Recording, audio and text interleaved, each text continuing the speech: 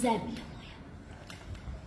O ti moj kameni i bijedni krš, s kozama, panjima, a mršavim konjima, čija su leđa oglodali samari, čije su noge iskrivili sjenari, kad su s planina kroz duboki snijeg vukli teret težak, sitno blagu hranu. O ti moj gladni, sušićavi raju, kolibra, bunjišta, horoza i jare, tebe ubijaju, hoće da te nema i stide se tebe.